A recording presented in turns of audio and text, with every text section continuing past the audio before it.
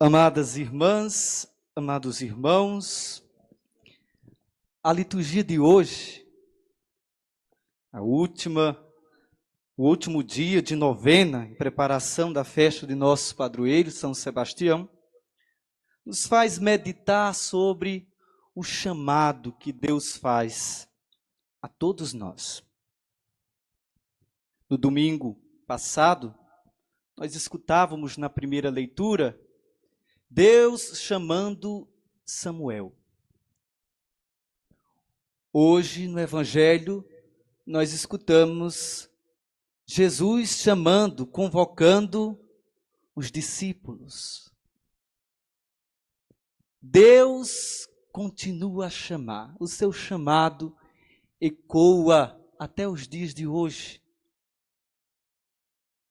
Deus convoca para que sejamos discípulos e missionários do seu reino, que também é nosso,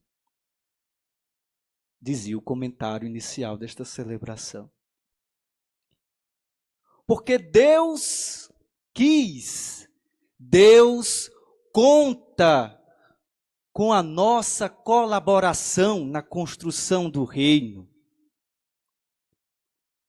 E a gente podia pensar assim, nossa, Deus, para chamar colaboradores na construção do seu reino, vai usar como critério o chamamento dos melhores. Vai chamar os capacitados. Né? Mas quando a gente olha para as figuras chamadas por Jesus, vixe Maria, né? Cada um com sua dificuldade, com sua limitação, com seus problemas. Dentre os 12, aquele que ia trair. E mesmo o primeiro da lista, que a gente diz assim, nossa, Pedro veio primeiro, porque ele é a liderança, né? Mas mesmo este primeiro foi covarde. Negou Jesus 3 vezes, né? Deus chama, Deus conta com a colaboração, não dos melhores, dos capacitados. Deus conta com todos, porque Ele acredita na humanidade. Deus acredita que o ser humano tem jeito. Por isso nos chama. E a gente precisa entender o sentido desse chamado, porque não é só por chamar, né? Tem um sentido, tem uma missão. Por que que Deus nos chama? E entender o sentido desse chamado é entender o sentido de ser igreja. É entender o sentido de ser discípulo e discípula de Jesus de Nazaré. Missionários e missionárias do reino. Indo mais além, é entender o sentido da nossa existência. Ixi. Porque Deus nos chama, amados irmãos, amadas irmãs, para realizar um serviço, e não é qualquer serviço, é um serviço à vida. Olhando para as opções de Jesus, olhando para o jeito de ser de Jesus, olhando para a missão assumida com toda a força por Ele, nós podemos dizer, Deus nos chama para ser sinal de salvação e libertação para toda a humanidade. Não só para o grupinho da igreja, mas para toda a humanidade. Este é o chamado que Deus faz. É o sentido de ser igreja. É o sentido da nossa existência. Um ser para o outro, a serviço do outro. Pois bem, mas olhando para a primeira leitura de hoje, e para o evangelho que nós escutamos, nós conseguimos perceber um aspecto fundamental desta missão, deste serviço à vida, deste ser sinal de salvação e libertação de toda a humanidade. Vejam o evangelho. Jesus chama convoca. Interessante aqui, vale ressaltar, que o chamado é iniciativa de Deus. A iniciativa é de Jesus. O normal naquela época era que os discípulos escolhessem o seu mestre. Mas aqui é o mestre que chama, que convoca. A iniciativa é de Deus, que demonstra a especialidade desse chamado. Mas Jesus chama para que os discípulos, diz o Evangelho, fiquem com Ele. Primeira atitude que aparece, ficar com Jesus. Fazer a experiência com Jesus. Compreender as suas opções, o jeito de ser dele. E partilhar de seu destino. Assumir a vida dele e partilhar. Passar pelo mesmo destino de Jesus.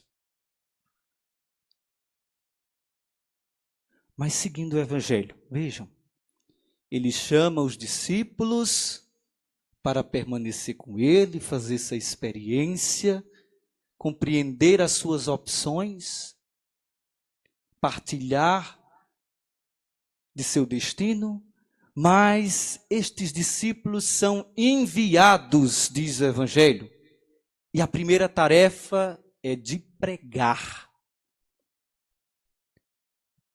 Nós passamos a semana inteira meditando, aliás, o novenário inteiro meditando sobre o tema da campanha da fraternidade, que nos remete ao combate da violência. O tema do nosso padroeiro faz alusão a isto, né? De São Sebastião. Bem-aventurados os mansos, porque herdarão a terra. Pois um aspecto desse chamado é que nós somos enviados a pregar, a anunciar a misericórdia de Deus, sendo misericórdia. Sendo misericordioso, misericordiosa, perdoando.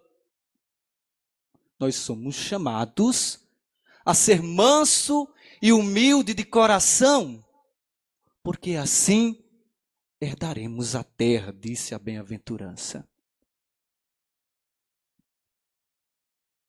Amados irmãos, amadas irmãs, quando a gente fala em ser manso, a gente tem que entender bem o sentido disto e quando aparece no Evangelho, né? Porque muitas vezes nós pensamos que mansidão, né? Às vezes reduzimos mansidão ao conceito de passividade, subalternia, submissão a ponto de deixar o mal dominar. Não é isso. Mansidão não significa isso. E às vezes até olhamos para o julgamento de Jesus presente nos evangelhos, para o interrogatório de Jesus, e aí pensamos assim, veja, ele foi submisso, subalterno, passivo, deixou que o mal dominasse. Mansidão não significa isso. Mansidão significa não responder com os mesmos esquemas, os mesmos mecanismos do mal. Como nos apontou a primeira leitura, nesse trecho tão bonito. Davi tinha toda a oportunidade de destilar o seu ódio, matando Saul. Teve a oportunidade de vingar. Mas diz a primeira leitura que no seu coração ele sentiu um remorso. Mansidão. Não usar os esquemas do mal. Não revidar o mal com o mal. É preciso, irmãos, quebrar a espiral de violência. E nós quebramos essa espiral. Nós rompemos com a cadeia do ódio quando nós reagimos o mal com o bem. Dessa forma, quando praticamos o bem, sempre o mal perde força, perde espaço. O mal, o pecado, é apagado do mundo. Então é preciso romper com a espiral da violência, romper, quebrar a cadeia do ódio, agindo com misericórdia. Mas vamos olhar para o texto, que ainda tem mais tarefas. A gente precisa também, amados irmãos, entender, alargar, melhor dizendo, a compreensão sobre violência, né? Porque às vezes também nós costumamos reduzir violência a momentos, né? Violências pontuais. Até nos indignamos, ficamos horrorizados com a violência, alguém agride alguém, quando alguém comete um crime, quando alguém mata outro, ficamos indignados. Isso é legítimo, isso é verdadeiro. Mas às vezes nós não atentamos para outros tipos de violência. E a violência que é mãe dessas violências pontuais.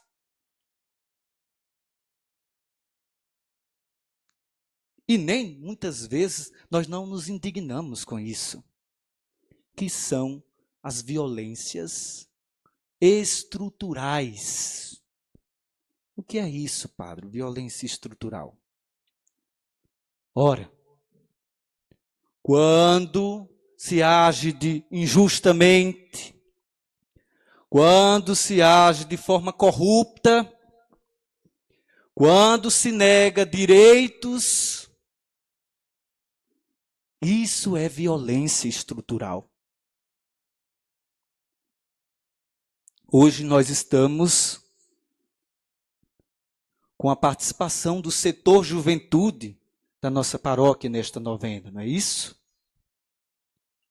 E vejam que violência, mãe das violências pontuais. O congelamento dos investimentos na saúde e na educação por 20 anos. E foi aprovado pela Câmara dos Deputados, pelos senadores, um projeto de lei deste governo golpista. Violência estrutural, mãe de várias violências, das violências pontuais.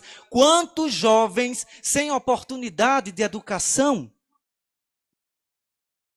cairão, serão esmagados pelas injustiças, pelas coisas ruins que acontecem neste mundo, pela droga. Quantos jovens? Amados irmãos, amadas irmãs, é preciso atentar para outra tarefa de Jesus. Convoca os discípulos, chama para ficar com ele, fazer a experiência com ele, envia pregar a misericórdia, o perdão, mas dá autoridade, diz o texto, de expulsar os demônios. E aqui a gente também tem que alargar a compreensão, né? Porque a gente pensa e espera o demônio como um ser com um chifre e um rabo, né? Então a gente pensa que o demônio é só isso, né? Fica nessas imagens do demônio. E o demônio atua no meio de nós. É o mal que se concretiza em sistemas injustos, que alarga cada vez mais o abismo entre ricos e pobres. O demônio se encontra no nosso meio, negando direitos, aprovando projetos, baixando decretos que vão de contra o povo. É preciso expulsar. Por isso nós não somos passivos, nem subalternos. Mansidão não significa isso. Mansidão significa entender o projeto de Deus e se colocar firme como Jesus, como Sebastião e tantos outros. Se colocar firme, fazendo o bem sempre, agindo na justiça e se empenhando para que esses demônios que nos rodeiam sejam extirpados do nosso meio, sejam expulsos. Amados irmãos, amadas irmãs, que possamos escutar o chamado de Deus e ser discípulo, discípula de Jesus, caminhar com Ele, perceber suas opções e ser missionário e missionária do reino, construindo o reino. Reino este que começa aqui e agora. Amém.